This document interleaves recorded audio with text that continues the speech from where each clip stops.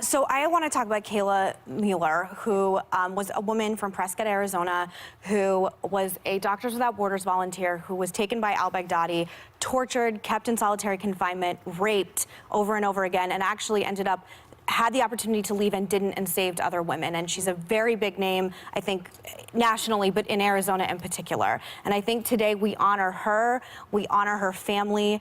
This guy, Baghdadi, was the worst of the worst of the worst kind of scum on planet Earth. And I, for one, hope he's burning in hell with Osama bin Laden. And I don't care if that's on PC to say this morning. I don't care. It's our way of life or the others. When you're bringing up the Kurds, it is a valid point. The Kurds helped us get information that led to bringing this bastard down. But I will say, I remember when Osama bin Laden was killed, I was on a plane and the plane applauded, and I was crying and elated, and I remember wanting to go out on the streets. There was a bunch of people, I was going from DC to New York, but there were people celebrating, and I wanted to celebrate yesterday, and there was not this feeling of celebration in the way that we should take these wins, because it's a win for America, and it's a win for democracy, and it's a win for freedom, and it's a win for people who don't believe in torture and raping young women who are just volunteering with Doctors Without Borders overseas. And I really think at this moment, all of our hearts should be with the Mueller family today. Yeah, that's a great story. And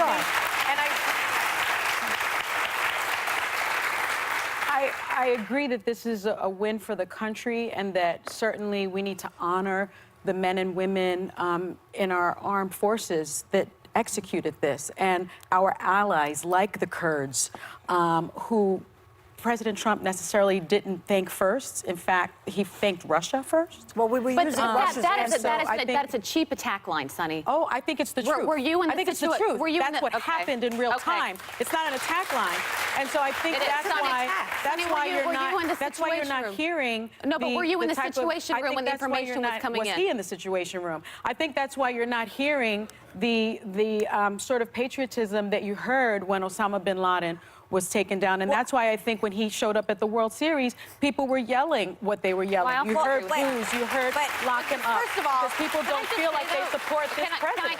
That's really quick. The World Series is the swamp. It's a bunch of lobbyists and people in D.C. that can afford to go to the 5th World Series. A lot of